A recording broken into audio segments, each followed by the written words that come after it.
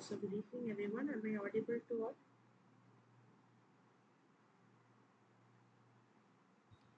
Good evening, ma'am. Yes, audible, ma'am. Yeah. Oh. So let us start today's session. So this is the second tutorial session on fundamentals of electronic device fabrication. So last week people had requested that since two sessions are overlapping, it would be better if one of them could be changed to a different slot. So that is why we have changed one of the sessions to Monday, and the second session will be as usual tomorrow from 6 to 8. So first session will be on Mondays from 7 to 9, and second session will be on Tuesdays from 6 to 8. And also when I talked to the NPTEL team, it was mentioned that for those people who find it difficult to attend both sessions, you can attend the session whichever is more feasible for you, and then go through the videos that are uploaded in YouTube and go through the materials that are uploaded. So, and based on that, you can come back with your doubts for the next session. So I hope the logistics of this are clear. So with that, let us move on to today's contents. So before we go on to solving question answers, let us see what was discussed in the previous class. So first, what was discussed was what is oxidation in terms of electronic device fabrication. So basically, what is oxidation in the IC industry? Can anyone tell me? What do you mean by oxidation? Like what is achieved during the oxidation process? Can you tell me? Like in the first week we had seen an overview, like overall what all processes are happening. So now in the coming weeks we will see each of these processes in detail. So in that, the first one is oxidation. So what is meant by oxidation? Can anyone tell me?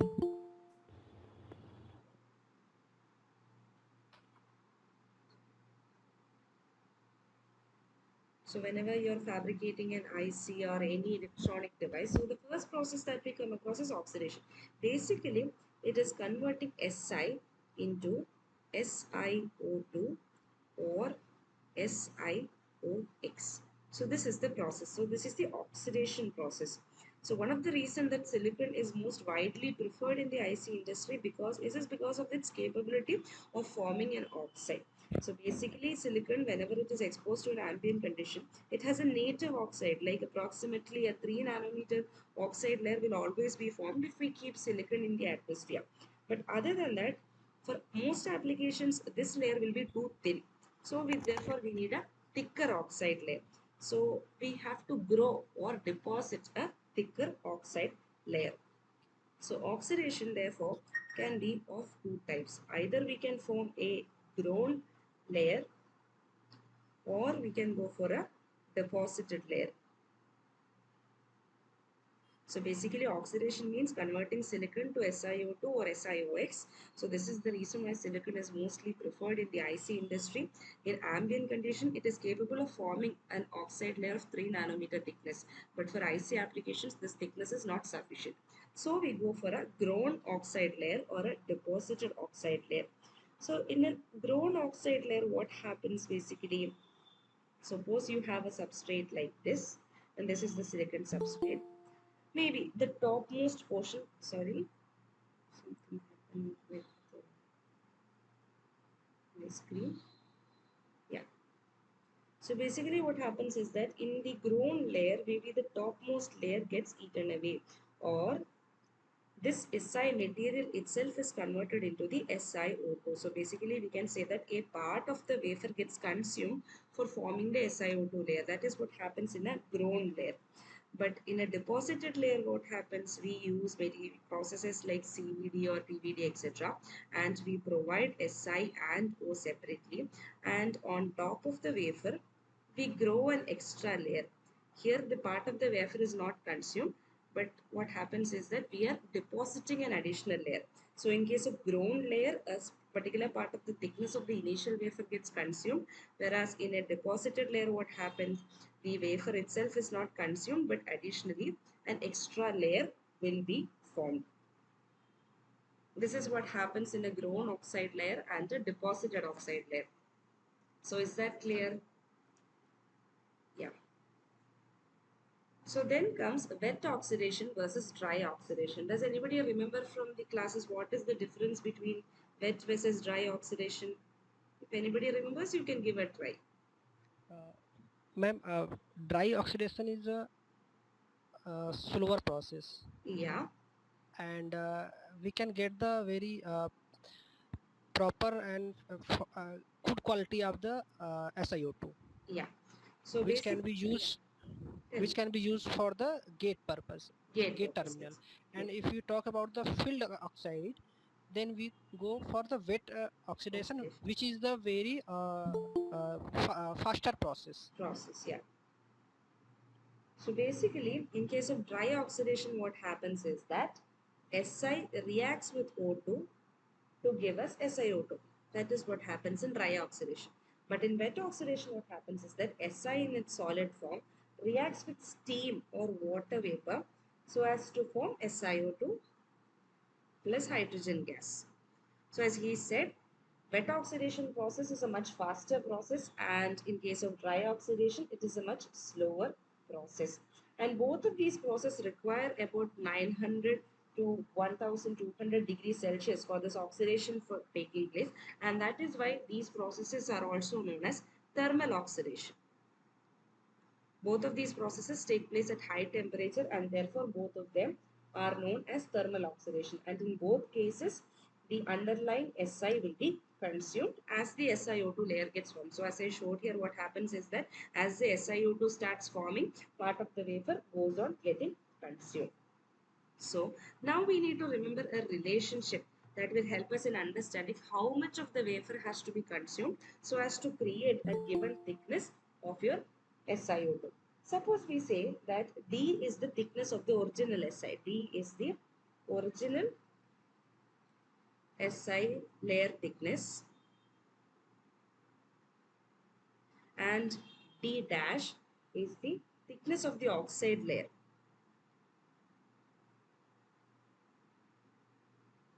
So if D is the thickness of the original Si layer and or the wafer we can say, and D dash is the thickness of the oxide layer.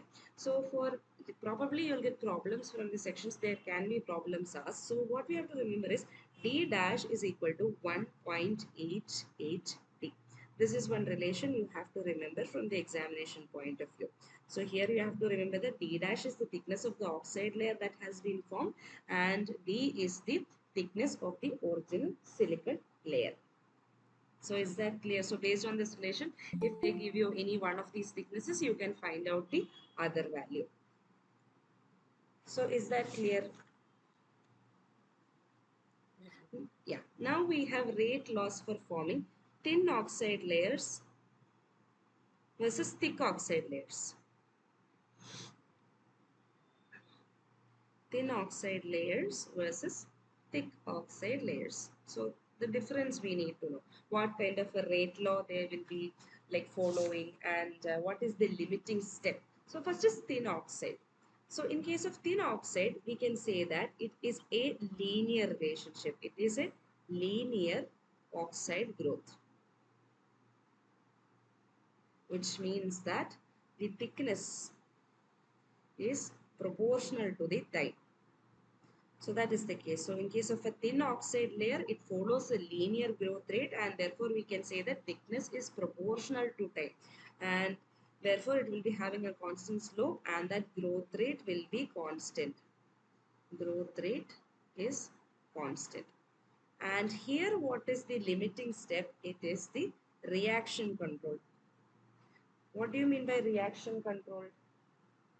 So reaction controlled means that the reaction, that is Si, gets converted, whether it reacts with oxygen or steam or water vapor or SiO2. This particular reaction is the limiting step. The rate at which this reaction happens decides the thickness of your oxide layer. That is what is meant by reaction control. So in case of a thin oxide layer, what we have to remember is that it is a linear growth rate, therefore thickness is proportional to time, and growth rate will be constant, and it is reaction control. That is this particular reaction, Si changes to SiO2, right? That reaction will be deciding the thickness of your oxide layer. But when we come to a thick oxide layer, it is a parabolic growth rate. It is a parabolic growth rate.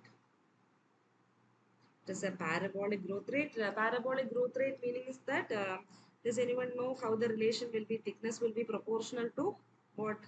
Thickness is proportional to anybody?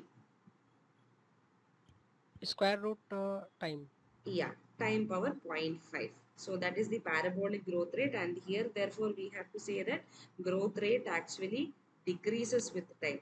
Growth rate decreases with time. So as time passes, what happens is that thinner and thinner. Initially a thicker layer will be formed, but as time passes, what happens is that eventually this thickness will start falling. And here you have to say diffusion. It is a diffusion controlled process. So what is meant by diffusion controlled process? So basically, when Si is converted to SiO2, what happens is that Si is there on the surface. So this is the surface. This has to react with O2 to give us the SiO2. So as SiO2 is formed, more Si has to go to the surface, right? Si from the internal wafer has to go to the surface to again react with oxygen. So this is a diffusion process. So here what decides the thickness of your oxide layer is the diffusion process. That is why we say that this is a diffusion controlled growth rate. So is that clear? Difference between, yeah, tell me. Ma'am, just once again tell me the diffusion control. Okay, diffusion control, I'll tell you. Diffusion control. Okay. So basically, you have your wafer like this, and this top layer is getting consumed for forming SiO2, right? So here what on the surface what happens is that initially there is Si, that Si reacts with oxygen to give us SiO2. So whatever Si was initially there, that is consumed. Now from the bulk, so this is your bulk, from bulk more Si has to go to the surface, right? From the bulk more Si need to go to the surface to again react with oxygen. So this travel is basically a diffusion process. How easily and how fast the silicon from the bulk is able to go to the surface, that controls the thickness of your oxide layer. So this diffusion process basically controls the thickness of your oxide layer. So is that clear? Okay, ma'am. Initially there is silicon on the surface, like the entire wafer is silicon, but what happens, SiO2 keeps forming. Now in this, suppose I say this is the first step, in second step it will be like this. So this is your wafer, and here you have SiO2. This is entirely SiO2. For more SiO2 to form, silicon over here has to go to the surface. So this is a diffusion process, and how fast the diffusion happens, that will decide the thickness of your oxide layer. Yeah. So that is in terms of oxidation, I think that is what was there. So any doubts in oxidation?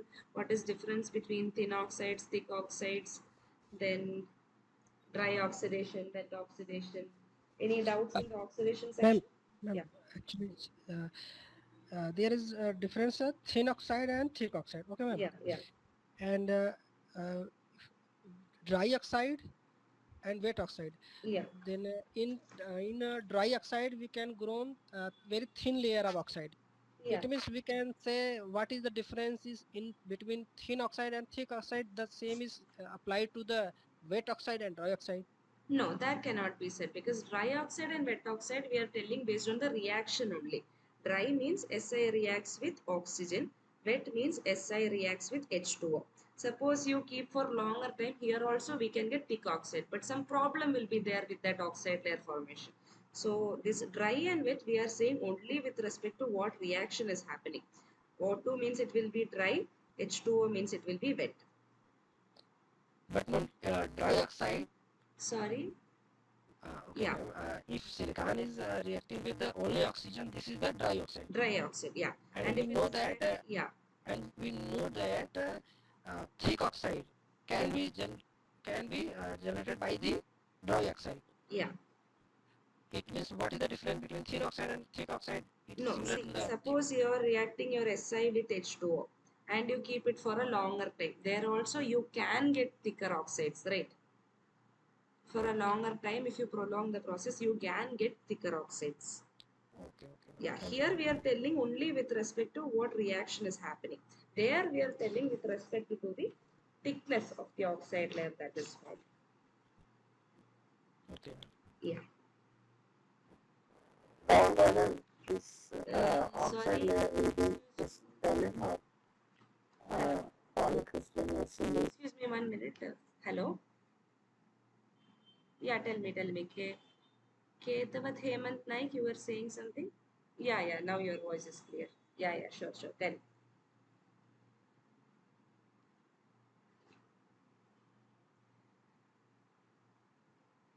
Listen, silicon in itself, it is a semiconducting material, right? So some amount of conductivity will be there. So to increase the conductivity, oxide layer, it will be somewhat insulating. So what we do is that after the formation of this oxide layer, we'll introduce dopant sensor. That is what will be done.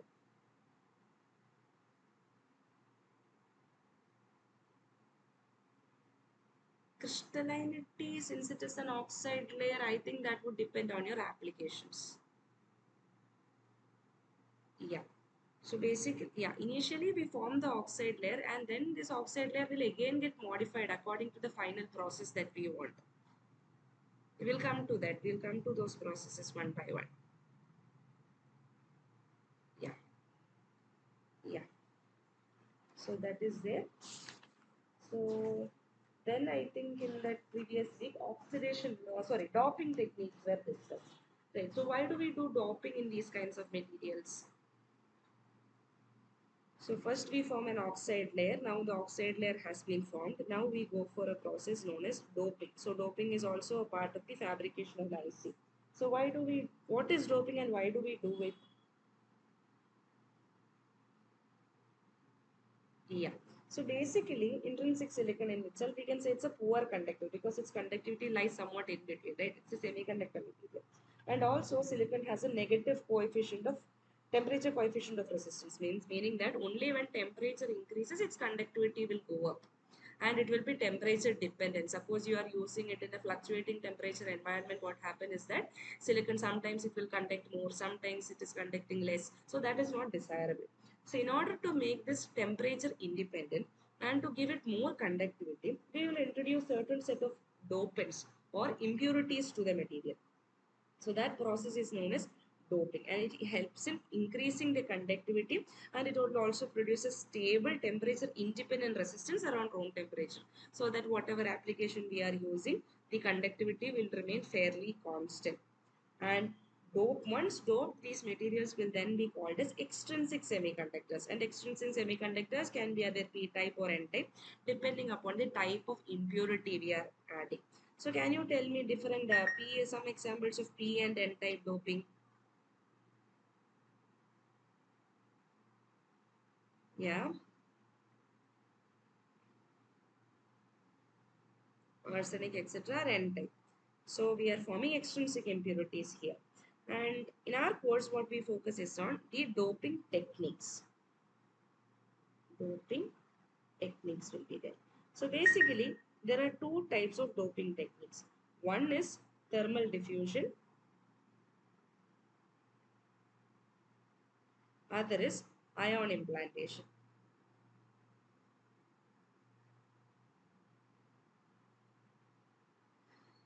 So we understood what is doping. Doping basically means that we are adding external impurities to the silicon so as to make its conductivity constant and to increase its conductivity exponentially. So we are adding impurities onto it. And in impurity addition, there are two techniques. One is thermal diffusion, other is the ion implantation process. Basically, thermal diffusion, if you see, it is a combination of two steps. First one, we have to go with the step known as deposition, and then the second step, basically it is known as dry-in. From the name itself, if you see, deposition basically suppose you have your wafer with the oxide layer, etc., etc. Here you are depositing your atoms, whatever you want to add as impurity. That is the first step. In the second step, what happens is that by virtue of temperature, you are increasing the temperature, and what happens is that these atoms will be driven inside by the diffusion process. So that is what happens during thermal diffusion. So thermal diffusion. And in thermal diffusion, you can either go for solid, liquid, or gaseous dopants. So basically, thermal diffusion is a combination of two steps. First is deposition, then we have dry-in. First, we will put the atoms on the surface, whatever impurities we want to add, then we will increase the temperature. And as temperature increases, what happens? These atoms or whatever elements we want to push in gets inside. But the issue with thermal diffusion is that it's not always like it will go in exactly in the vertical phase. There will always be some amount of lateral spread associated with it. Suppose you wanted your say your diffusion process to be such that this is the place where you wanted your dopants to be concentrated. But the issue with thermal deposition is that always there will be some amount of dopants here and there also. That is, the spread will be more. It is a less controllable process compared to ion implantation. So diffusion and deposition and drive-in, is it clear? What is deposition and what is drive-in? Is that clear? Yeah. So, and which law can we use to tell us about the thermal diffusion process? So, basically, in diffusion process, we know a set of laws, right? Can anyone tell me which law that is? Yeah. Basically, these processes will be governed by fixed laws of diffusion. So in fixed laws of diffusion, basically the diffusion coefficient D is given by D0 exponential minus EA by KB into T. Here, what is D? D is the diffusion coefficient and D0 is a pre-exponent factor, that is a constant. And here we have something known as the activation energy, that is the minimum energy that is required for the diffusion process to start, and it is also dependent upon the temperature at which this process is happening. So basically thermal diffusion is governed by Fick's law, and here we can say that D is equal to D0 exponential minus EA by KB into T, where D0 is a constant. EA is the activation energy required for diffusion for starting. This is the Boltzmann's constant, and it is also dependent on temperature. So thermal diffusion, again, we already said that we can use solid, liquid, or gaseous sources. But when we are using these different types of sources, how the process starts and how much of diffusion takes place is also different. Suppose we are using liquid or gaseous sources. Liquid or gaseous sources. Can someone tell me what function it will depend on in case of liquid and gaseous sources? What type of error function? So basically, in case of liquids and in case of gaseous sources, so there will be a constant surface concentration of dopants, right? So in case of liquid and gaseous sources, the surface concentration is constant. And there is a vapor of the impurity atoms that maintains a constant. So why do we say that? Because once the atoms are there, at high temperature, it is being fused inside.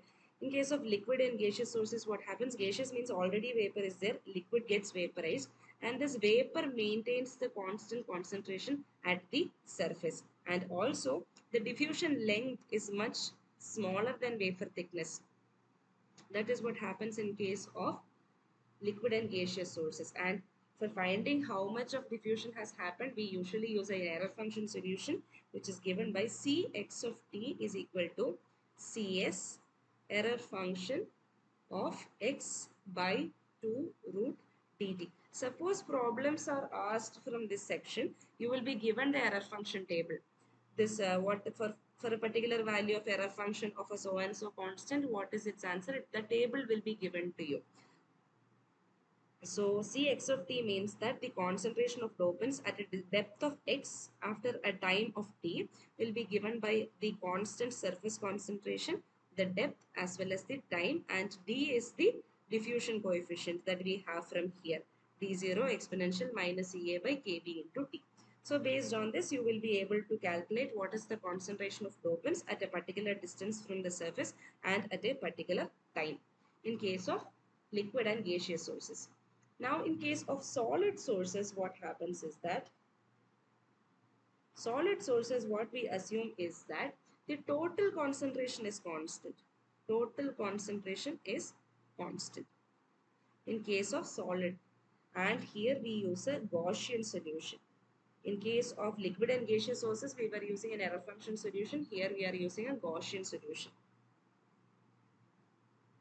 And in Gaussian solution, how would it come? See, the concentration at its depth of x and time of t is given by Qt. That is the total constant concentration divided by root of pi dt, where d is your diffusion coefficient, exponent of x square by 4 times dt. So this is the depth x and this is the time t, and we have the diffusion coefficient. And here to find out the surface concentration, what we have to do, we have to substitute x is equal to 0. Then 0 of t means exponential of 0 by something, basically it becomes qt by root of pi dt. So there we will get the surface concentration. This is the surface concentration. Surface concentration basically means that x is equal to 0. There is a probability that they can ask problems from this section, but other than that, main two things you have to remember is that first is, in case of liquid and gaseous sources, it is an error function. Error function solution is there. In case of solid sources, we have a Gaussian solution, and in case of liquid and gaseous sources, surface concentration will be a constant, and in solid sources, what will be a constant? Total concentration of the dopants will be a constant. So these are the things that subjectively that you have to remember from thermal diffusion in solid, liquid and gaseous sources. So is that clear? Thermal diffusion in two types of sources.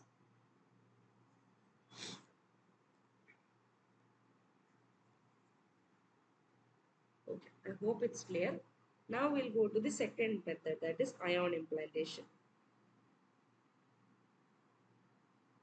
So we told one problem associated with thermal diffusion, right? Thermal diffusion, we've said that there will be a lot of lateral spread. So it is it is difficult controlling that process. So suppose we have to make a device in such a way that it should be very small, like miniaturization is going on, increasing day by day, and this doping region should be very much in control. Then what we have to do is that we will have to use the ion implantation process. And one more thing is that thermal diffusion, it takes place at very high temperature, but ion implantation on the other hand, it can operate close to the room temperature, and it is also compatible with the lithographic process. So for that, what happens is that small regions can get doped, but in case of thermal diffusion, since there is a large amount of lateral spread associated, like controlling the doping to a small region will be comparatively difficult. So what we do is that we have the wafer, we have a particular material, whatever we want to dope inside. First this will be ionized. So this will be ionized, and then these ions will go and impinge onto your wafer. So that is what happens in the ion implantation process. And here there will be less lateral spread, and maybe in a particular region like this there will be maximum concentration. This is the region where there is maximum concentration. On top there is comparatively less. And this particular region where there is maximum concentration is known as the range in ion implantation. And in some cases, after the process is done, some amount of heat treatment has to be given so as to activate these dopants. So is that clear what happens in case of ion implantation process? And this heat treatment either we can do in a tube furnace or we can do thermal annealing, etc., etc. So basically, it can also be used for creating controlled regions of dopants and formation of shallow junctions, etc. So is that clear?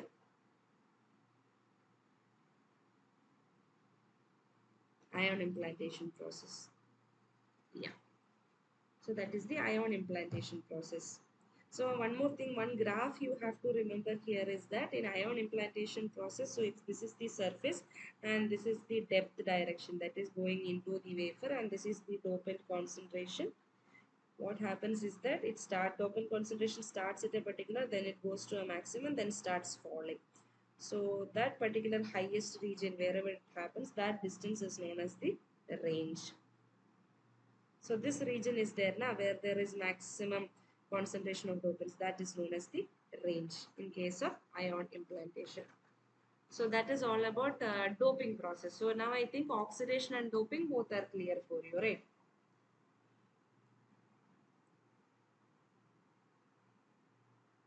Same graph in case of diffusion, maximum concentration will be at the surface. So we can estimately say that maximum will be at surface, and from surface it will somewhat fall like this.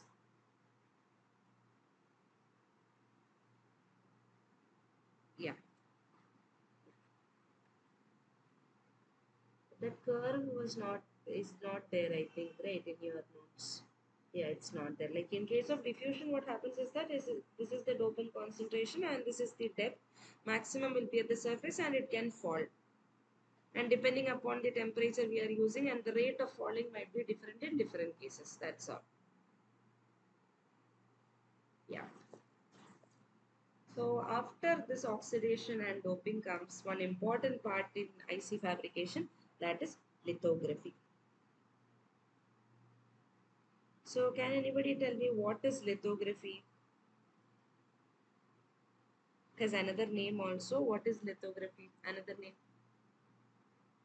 Yeah, patterning. So can you tell me your understanding of what is meant by like patterning? What do you understand by patterning?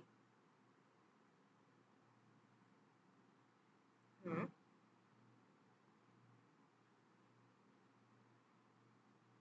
Yeah, yeah, right. Yeah, yeah,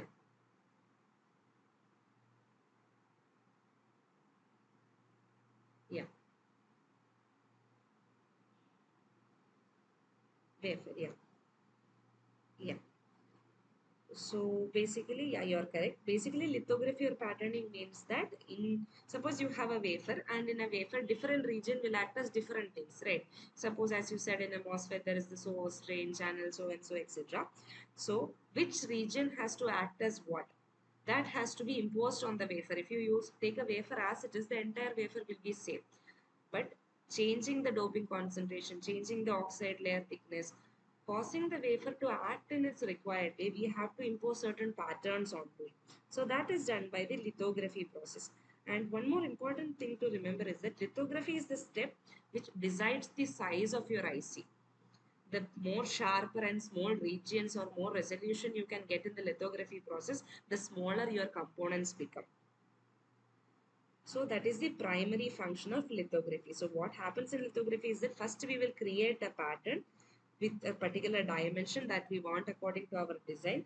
Then we have to place the pattern onto the wafer and then impose it.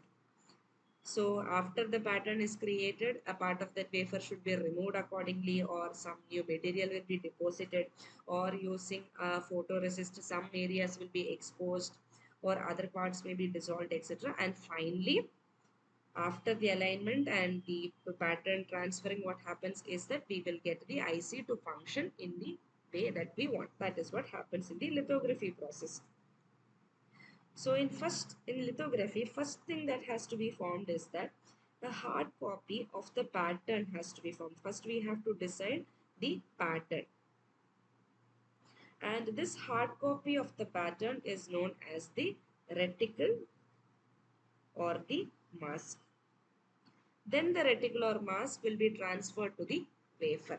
Then this reticle or mask, this reticle is transferred to wafer. And one more thing, sometimes what happens is that whatever pattern size is there on the reticle, it will be transferred as it is to the wafer. And sometimes, but in usual cases, what is done is that the size will be reduced so that whatever is there on the reticle, a smaller version of the same thing will be transferred onto your wafer. This will be done by using suitable combination of lenses for demagnifying the pattern. So first the pattern will be transferred to a photoresist layer. So what is meant by photoresist? Can be anyone tell me what is meant by photoresist? Yeah, yeah. So basically, that material is active in when light is imposed on it. Suppose we give a specific wavelength, that photosensitive material, what happens is that it can either mask the wafer beneath it or it can make it more soluble. So and for doing this we need to add like we do in this photography, right? So first the film will be deposited in some kind of chemicals in the process called developing, and in similar way the photoresist also work. It is a light sensitive materials whose properties will change when we expose it to different wavelength. And one more important thing during this lithography process is that whatever pattern we are making, it has to be very perfectly aligned with respect to our wafer. Then only 100% efficient lithography process can take place.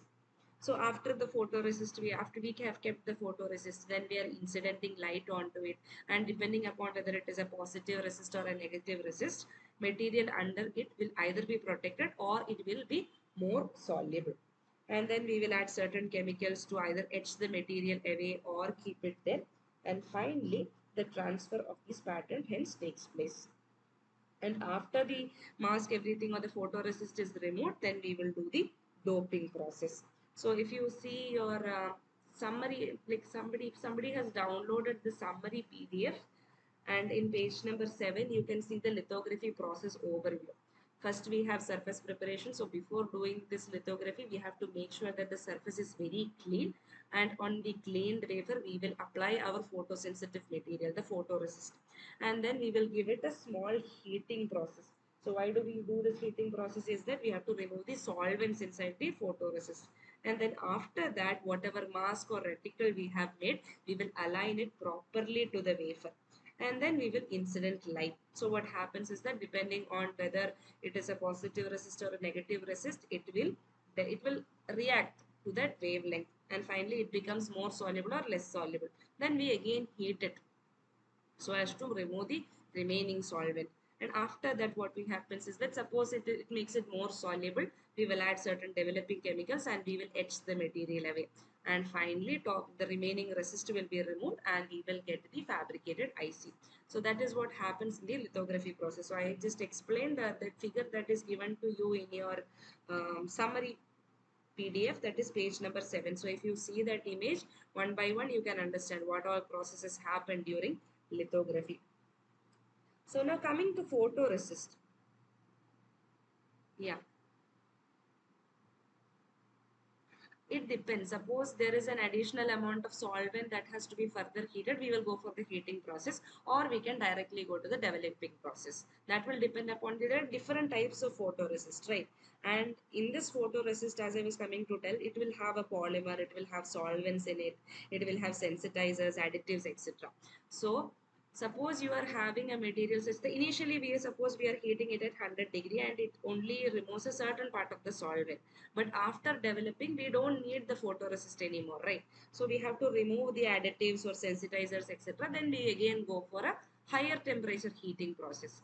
Suppose we are using a simple photoresist in which there are only less additives, etc., we can directly go for the developing process. Yeah. So basically, as I said, what are the components in a photoresist? First, it will have a light sensitive polymer. So there are different types of light sensitive polymers, right? So it will have some of those. It will have a solvent. Solvent is usually removed by, like suppose a polymer solvent means that something like acetone, IP, ethanol, methanol, something like that will be there. And at 100 degrees approximately, it will be removed. Then we add sensitizers and additives. So these are things that are difficult to remove at 100 degrees. Sensitizers and additives, minimum it would require temperatures like say 400 or above. Then we go for a hard bake process. So these are the components in a photoresist, and depending upon your application, you have to change the photoresist as well as the temperatures that you're using, as well as the number of steps in your lithography process. Yeah. And then what we do is that we will react our photoresist with respect to their specific wavelength. So I said, right, these are light sensitive polymers. Different light sensitive polymers, they are sensitive to different wavelength. So that particular wavelength has to be incident so that the photoresist becomes more soluble or less soluble. So coming to that, in case of positive resist, if you expose it to light, it becomes more soluble. Suppose you are using a negative resist, on exposure it becomes less soluble. And if you can, if possible, if you remember few names of some positive and negative photoresist, that also would help, I think, from the examination point of view. So again, if you go to your summary PPT, there you have how positive, what is how, like these things, if you see an image, it's more easier to understand and comprehend, I feel. So if you go to page number 8, here we can see that if there is a positive resist, and in the positive resist it gets directly transferred, right? In the negative resist it becomes the less soluble when exposed to light. Therefore, if you see the image, whichever regions the pattern was initial, like the photoresist was initially there, that layer gets protected and the remaining region becomes more soluble. Therefore, we can say in case of positive resist, it is directly transferred, and in negative resist, negative of the image will be transferred. So is that clear? What is given in that figure? Suppose you have a wafer like this and your resist in this shape. Suppose your resist is in this shape. If it is a positive resist, what happens is that this region will become more soluble. But if it is a negative resist, what happen is that center region will become less soluble. It will be of higher thickness, and rest all regions will get etched away during development. So basically in positive resist, exact image, exact pattern will be transferred, and in negative resist, what happens is that the negative of the image will be transferred. So is that clear?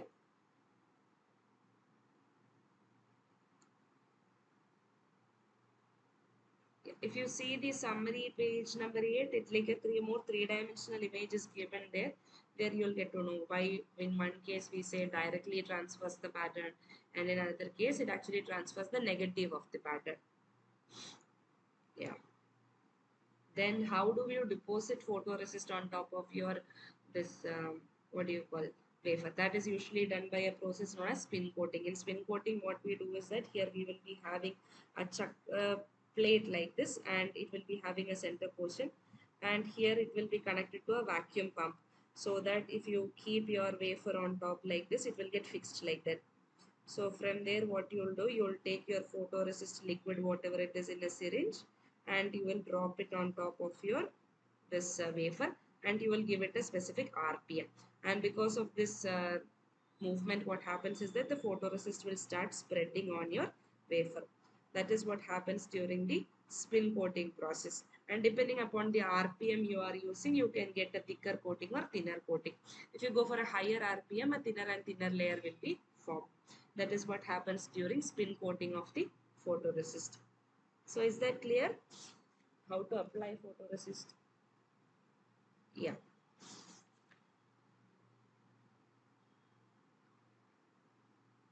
Yeah. Yeah, any substrates can be done, but the thing with spin coating is that compared to dip coating or doctor blading, it will form a much thinner layer. If you want a thin layer, you can go for a spin coating process. If you want a thicker layer, you go for other processes. Yeah.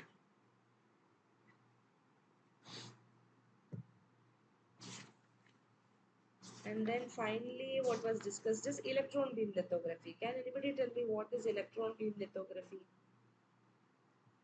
What do you mean by electron beam lithography?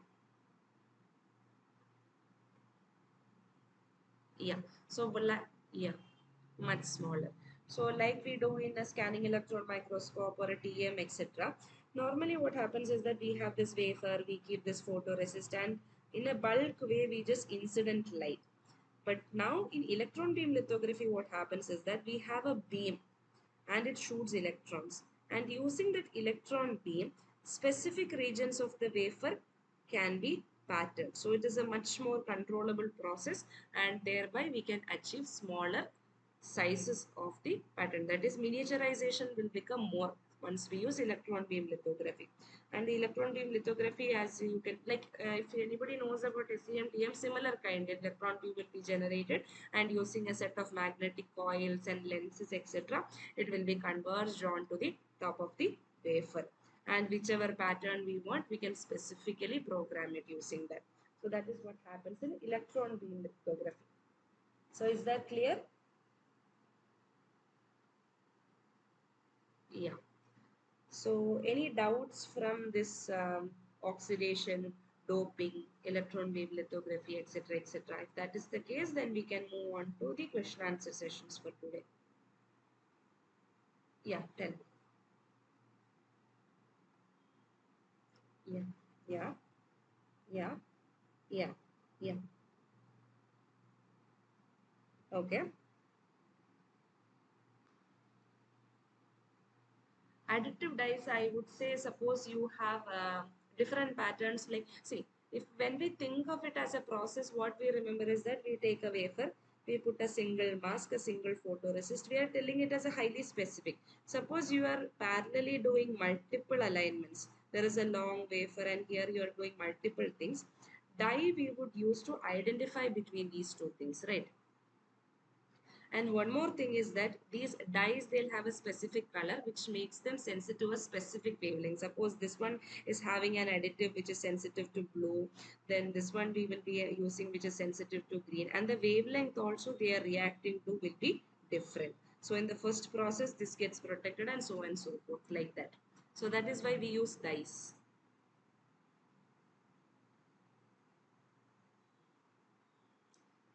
Yeah, that is the thing. Yeah, adjacent fabrication, that is not only that, that is one reason I could think of, or like that is one reason I could surely think of. There can be other reasons. That is a reason. Yeah. Can you talk a little louder? Yeah. Yeah, tell me. Hello. Yeah, tell me. Huh? Okay. Yeah.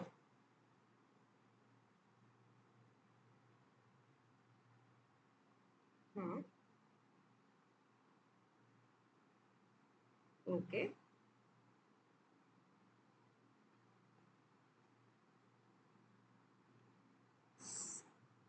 CS basically means the concentration at the oxide gas interface, right? Yeah. C, yes. CG mean initial one, and C0. Okay. Yeah. C naught is basically the concentration of oxidizing species at the surface. No, the other one is at the interface, oxide gas interface. C surface, CS is the oxide gas interface. So basically, we say that because during the initial part, right? Initial part, there is no SiO2 is not formed. This entire thing is Si, right? Then we say C naught. But after certain time, this portion becomes SiO2, right? Solid, yeah, that is what. Initially, we don't have any gaseous part, we have the entire solid thing. Then after SiO2 starts forming, we say that there is an oxide gas interface.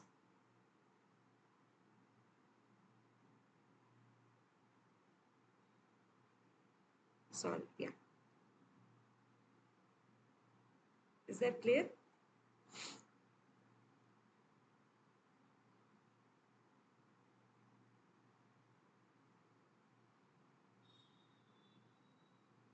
Between gaseous and oxide, that is CS, yes. Yeah. Same line written C naught means, okay. So, see, the same line, but you see the direction which it is written. See, if this is the graph, if I remember, this is X. This is CS, right? Yeah, this is C0. This is the oxide layer, right? Yeah. So, this is the gaseous part. So, yeah, here is your solid part. Yeah. And this is the CG part. This is what I remember if I'm right. Is it? Is it the graph that you have taken up? Yeah.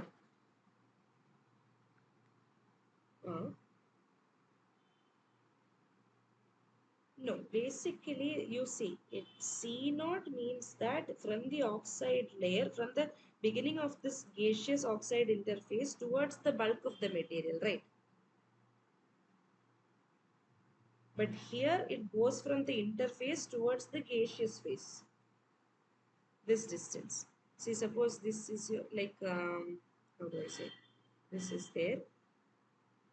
Here you have your oxide. Here you have your solid. And here you have your gas. And from oxide towards the top part you have your CS. From, yeah, from here towards here you have your CO. Yeah, yeah, yeah. Okay. Yeah, tell me, tell me. Okay. 10 micrometer technology.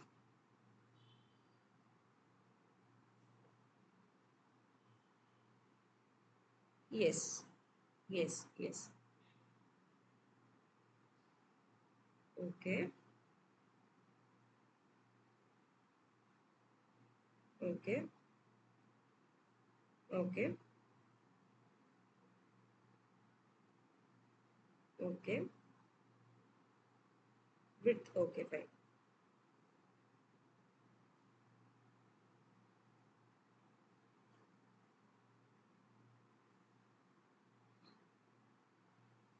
See, that depends upon in width direction you can stack 5. Like this you want to go.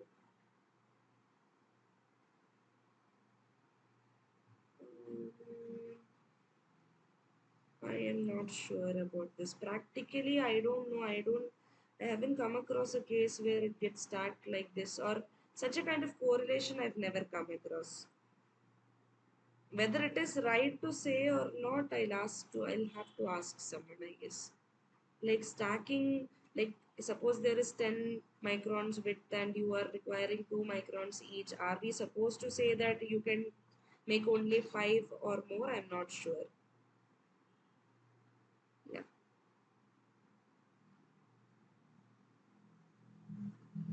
No, that is the wafer width I remember.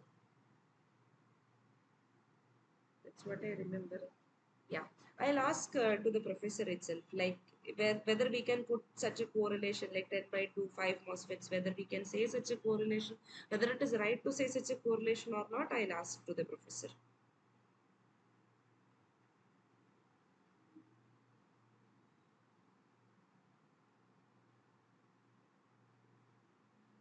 Yeah, stacking and all can be done. That is fine. Yeah, stack dimension wise. Yeah, stacking can be done, but dimension wise, this is correct or not? I'll ask and let you know. Yeah. Oh, yeah, sure, sure.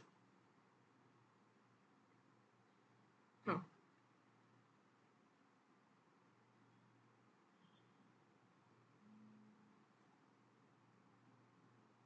300 wafer. Okay. Yeah. Diameter. Yes. Yeah.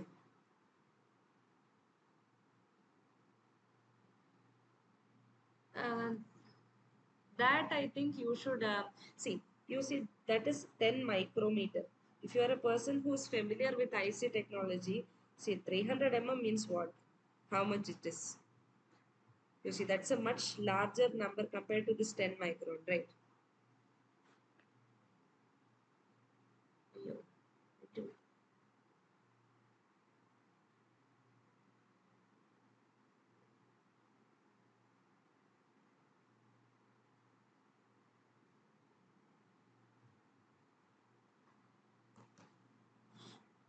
Hello, hello, yeah, hello, hello, yeah. In between, I lost connection. Can you repeat?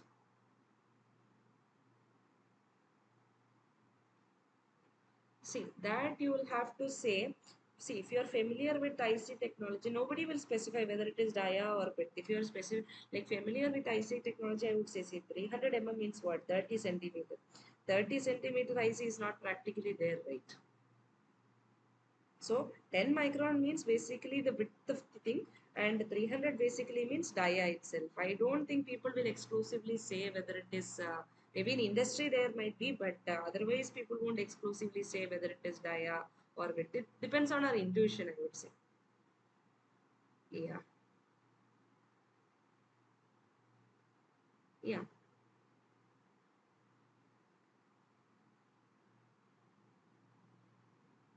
Uh-huh.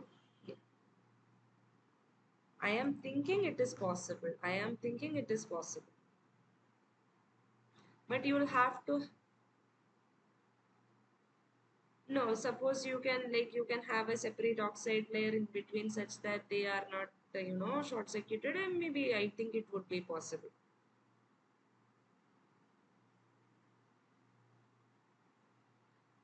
See, I think I have read only about adjacent ones. The stacked ones I have not come across much. Practically nowadays, what is being followed, I'm not sure. Yeah. Okay. So anything else? And your submission for first assignment is over or not? It's 7th August. So basically, you have 2 months. Yeah. So has everyone completed videos and started doing the assignments? Yeah. Okay. Okay. So in that case, we'll see a few questions for this week. We'll take the questions.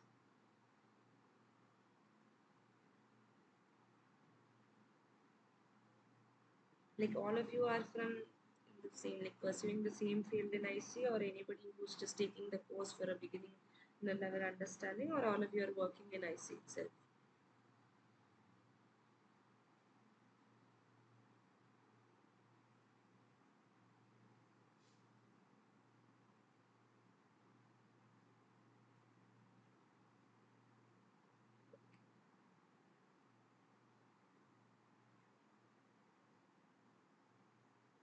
Couple of simple questions I would say for this week. In general, I think compared to the other course on electronic materials and devices, examination point of view, this course is much simpler. If you go in a flow and see the videos and do assignments, you can score very well. So, first question is, in case of ion implantation,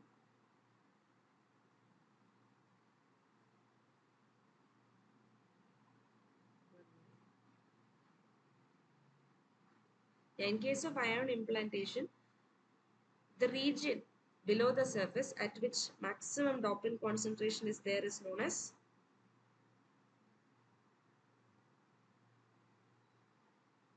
So in ion implantation, the region where there is maximum dopant concentration is called what? Range. Yeah, that is a range. So basically you will be given 4 options, say like drive in, then penetration depth, and the diffusion length. So here the answer is basically a range. So you know what is drive-in, right? In thermal diffusion, there is two processes, deposition and drive-in. Penetration depth basically means the depth up to which the dopant penetrates. So what is meant by diffusion length? Diffusion length, if you remember, comes in solid sources in thermal diffusion. It's not explicitly given in your notes, I think. Diffusion length is basically 4 times D into T. And it comes in the Gaussian solution for solid sources in thermal diffusion. So better to remember this Gaussian solution for solid sources. That is the diffusion length. Okay. So next question is, I'll give you some elements and I'll ask which is a solid dopant source and which is liquid. So your first option is ASH3, then you have BBr3, then Sb2O3, and finally POCl3. So you have to tell me which out of this is liquid and which out of this is solid dopant source. You can take your time, and if you want you can use your electronic sources also. Just check and tell me which is solid, which is liquid. Okay,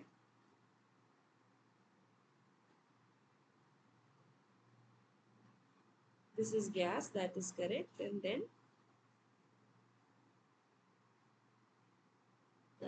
POCl3. No, you just said BBr3. Yeah, BBr3, which is it? No, you have to check. BBr3 is basically liquid source. Then Sb2O3, anybody? Any clue? Yeah, true. Solid. Then POCl3.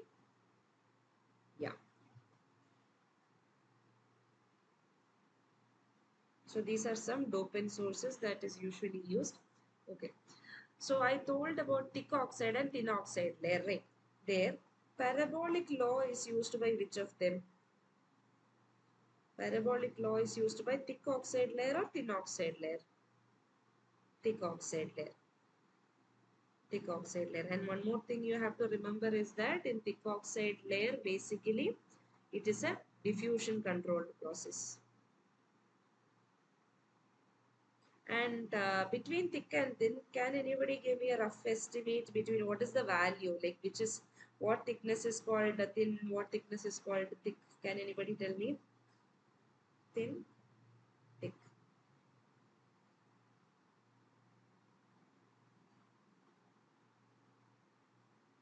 Rough estimate is fine.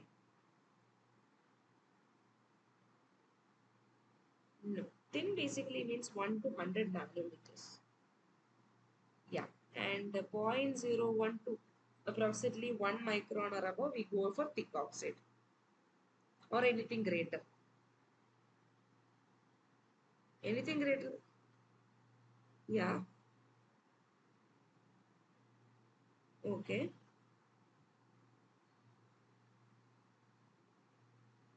Phase dependent means?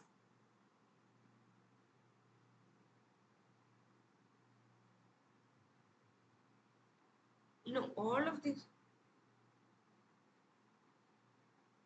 Yeah, like whatever we are doing, first it will be converted into ionides. It will be converted into gas phase, ionized, and then bombarded.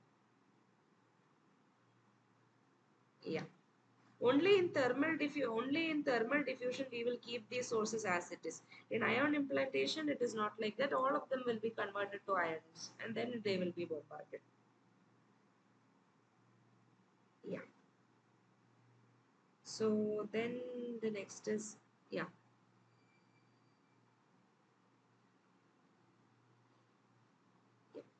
So next is for a field oxide layer, what is the usual thickness? Field oxide layer.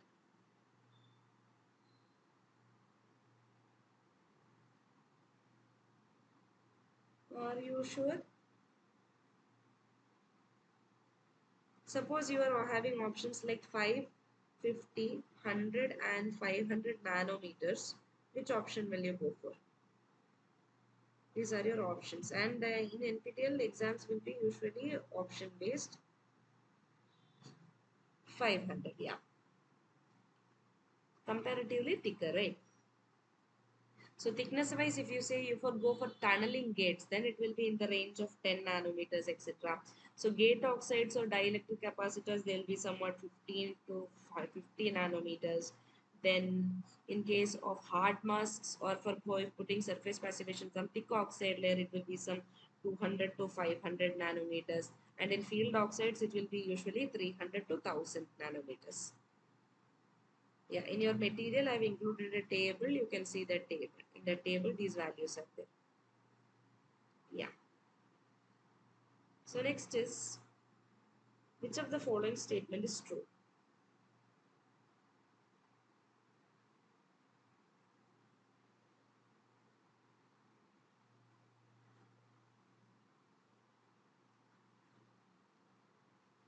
And it is with respect to concentration profile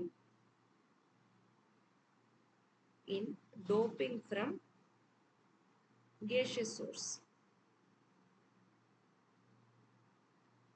Okay. First is option A is, it is uniform along depth. Uniform along depth. It has Gaussian dependence on depth.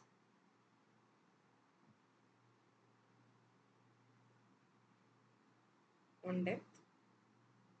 Third option is parabolic dependence on depth. And final option is error function dependence on depth.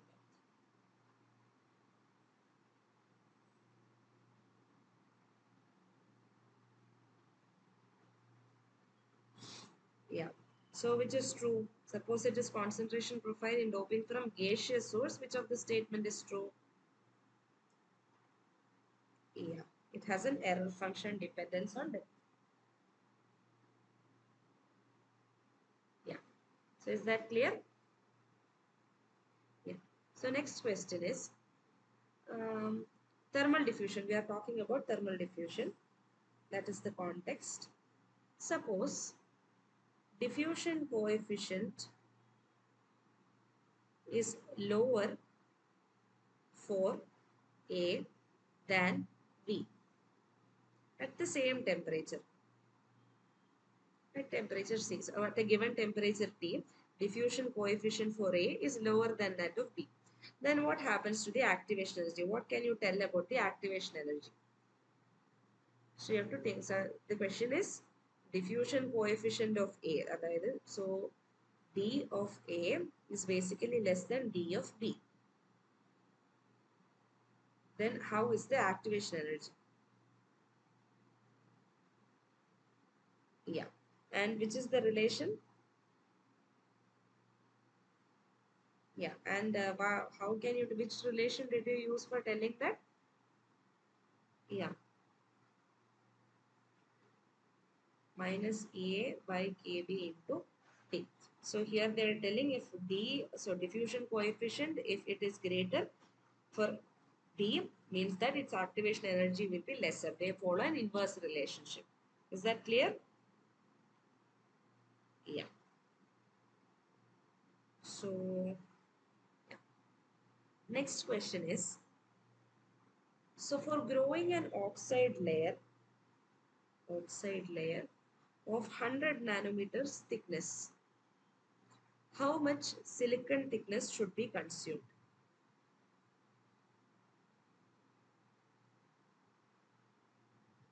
Should be consumed.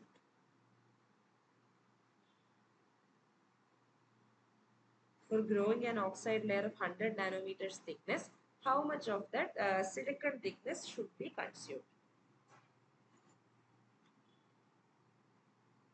Yeah, and which relation is used? 1.88 D. Is it clear? Did everybody get 50? So oxide layer D dash is given to you as 100 nanometers. So basically 100 is equal to 1.88 D. D is equal to 100 by 1.88 and that comes to 50 point something, right? Yeah. Divided by 1.88, it will come to 53.191. And in your options, if exactly 53 is not given, say options are like 25, 50, 100 and 200, go for the nearest option, which is 50.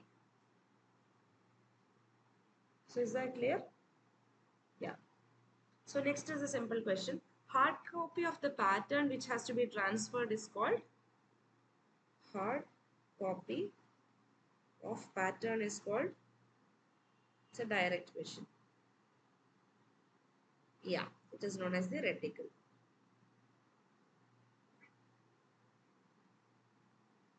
Okay. And process in which unreacted resist is removed. Unreacted resist removal is called.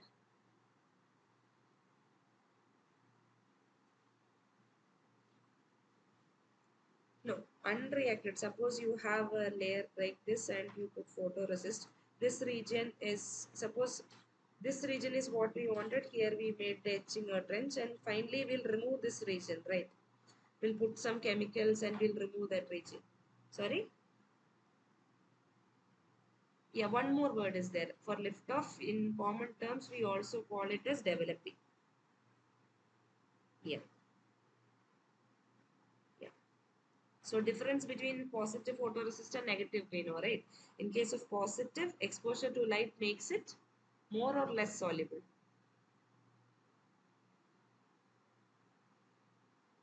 Yeah, for positive, it becomes more soluble, right? Becomes more soluble. In negative resist, it becomes less soluble. Yeah. Then, okay. SU8 is an example of what? SU8.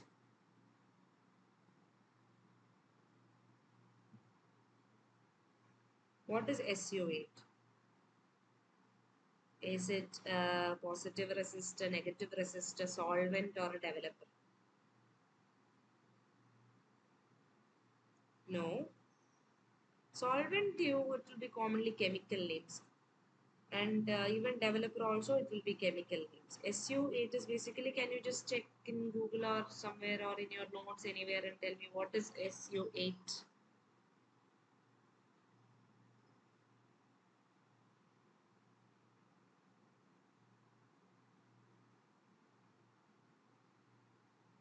Yeah, SU8 is basically a negative photoresist. Yeah. So next is one question. For a 248 nanometer laser source, what is the minimum feature size? What is the minimum feature size in air?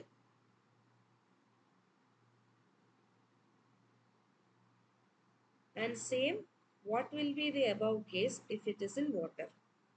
First one in air you have to tell me. Second you have to tell me in water, which is also known as immersion lithography.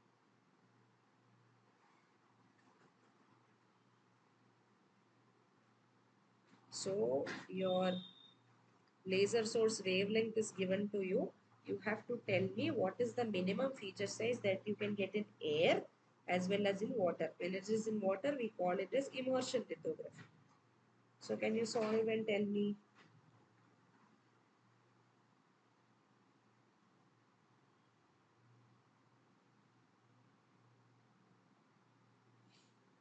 Please take your time and solve and tell me.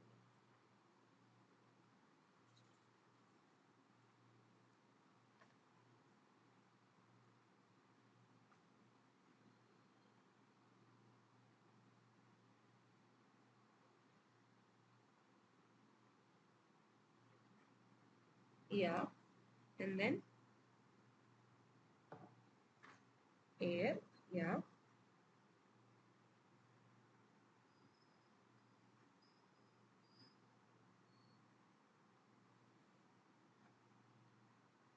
Yeah, it is 6.11.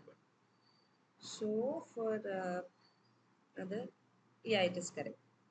So basically, smallest feature size is given by a relation known as sigma is equal to k lambda divided by numerical aperture. So here sigma is your feature size.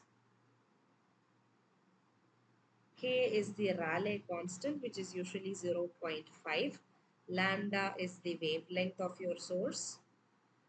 And Na is your numerical aperture. It is usually for air, it is taken as Na is equal to 1. So in that case, first will be sigma is equal to 0.5 into your 248 nanometer, which gives you 124 nanometer.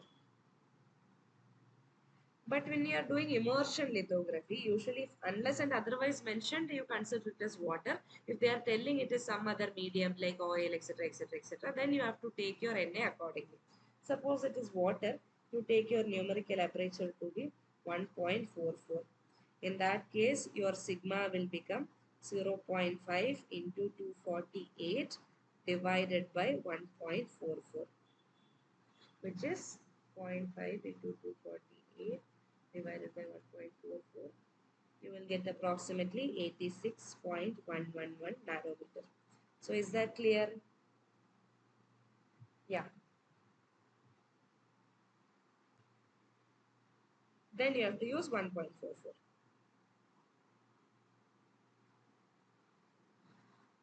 Oil, if they are giving you a numerical aperture value, means use that one, otherwise use 1.44 itself. Yeah. If they are telling that specifically oil of numerical aperture so and so, they are telling means use that value, otherwise go for 1.44. Yeah. So from this relation, sorry, somebody was speaking. Okay, from this relation, see, sorry, sigma is equal to k lambda by Na. So from this relation, for improving lithography. So moving on further, if you want to reduce feature size, what all can be done? Made smaller, yeah. One is we can reduce wavelength. Aperture should be increased. Yeah, and numerical aperture is new sine alpha basically. Yeah. Yeah, tell me. Somebody was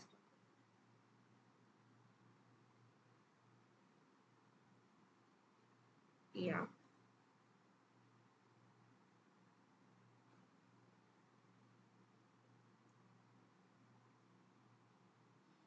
Yeah. Yeah.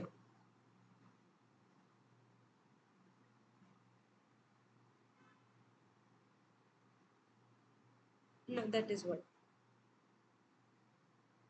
Yeah.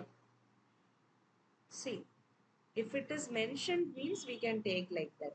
But here what we are doing that we are assuming that sine alpha to be maximum value of 1 and then we are taking the refractive index itself. If it is not mentioned means you have to take like this. Suppose they are giving you, suppose it is a very lengthy question where they say that half angle of so and so is etc. Details they are giving means first you have to calculate this and that calculated value you have to use here. If it's not mentioned means you have to use directly. Yes, exactly. If not mentioned, go that way. But if they are mentioned that the half angle is so and so value, then first you have to calculate your numerical appraisal and then substitute that value in your sigma equation. So is that clear? Yeah. And usually complicated questions are very less in such kind of exams, I feel. There will be like one or two tough questions, but more than that, it will be direct and most of the required inputs will be given to you, including in some cases, if it's a like formula oriented subject, even formulas will be given to you. And in that sheet, there will be constant and constant values, whatever you have to substitute, etc. So I think there would not be a scenario where there would be missing information so that you have to assume, etc. Yeah.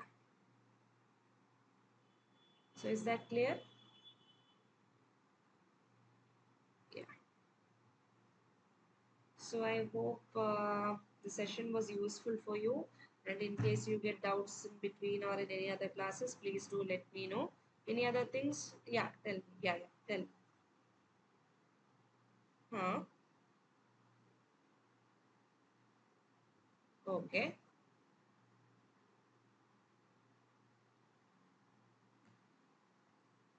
Means in which part was it mentioned? Yeah.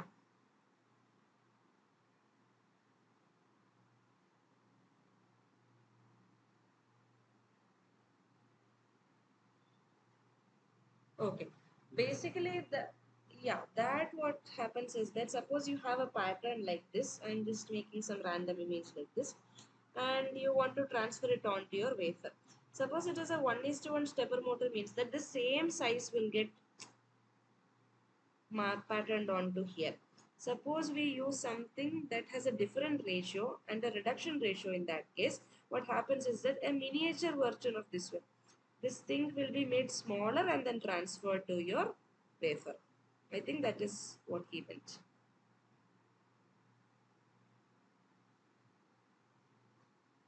1:1 ratio means that whatever size is there here, the same size will be transferred here. Yeah. Suppose you want to say this is 1:2 means that this magnified version will be transferred here. Yeah, and whatever is there on the pattern, whether you want a demagnified version or magnified version transferred to your wafer, that will be decided using that ratio.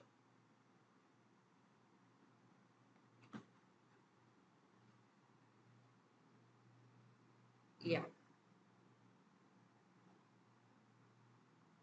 Is that clear? Yeah. Yes, tell me.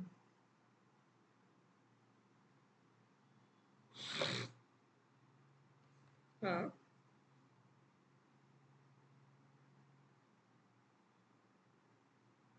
Okay.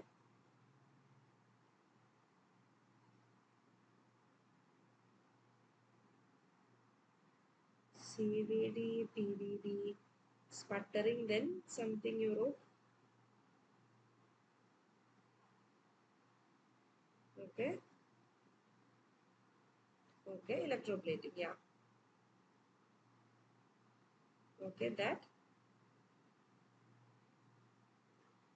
vapor deposition, yeah, chemical reaction will take place between your substrate and your material, yeah.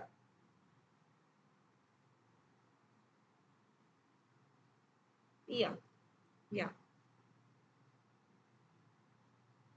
Electroplating basically means that you will be having an electrolyte solution and you will be having a cathode and your anode will be there. Depending on your electronegativity difference, there will be deposition on your cathode. Like normal electroplating process we'll study in electrochemistry, right? That will be used for depositing the oxide layer onto your wafer. Yeah. Sputtering, what we do is that the ionized particles will go and be deposited onto it. So let me see if I can get an image of that. Sputtering.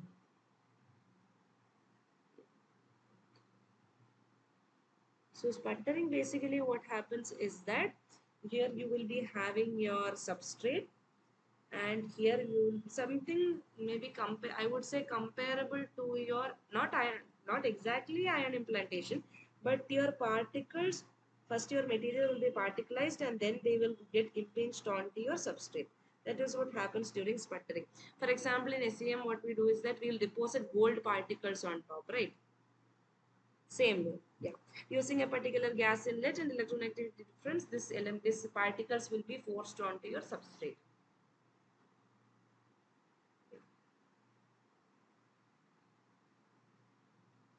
Yeah.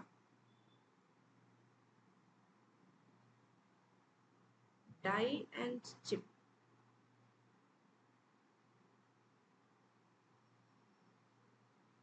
I think they are interchangeable, yes.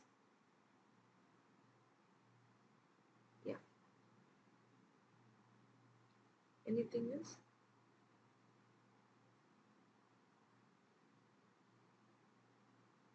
Okay, okay, fine, fine. Like I have forwarded the mail to sir, I've not got a reply yet, and once I get the reply, either I'll discuss it in class or I can reply to your mail. Yeah. Anything else?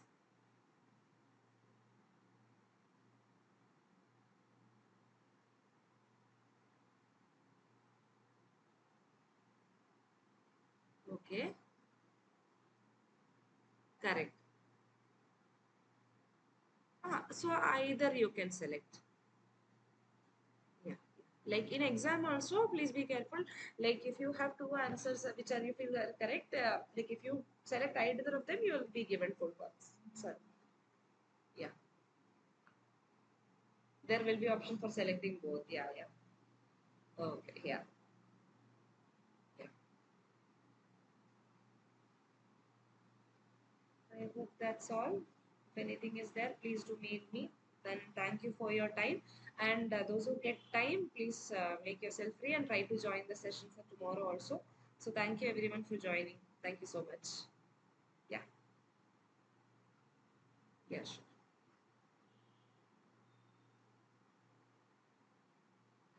Yeah. Yeah, tell me, tell me.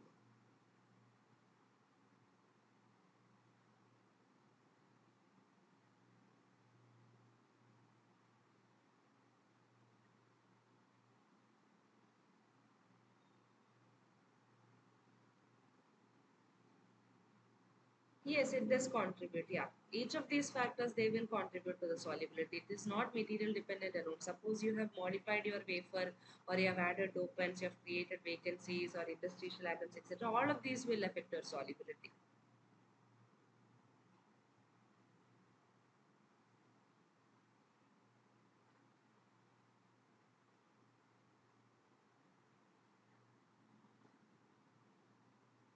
Okay. Yeah. Okay.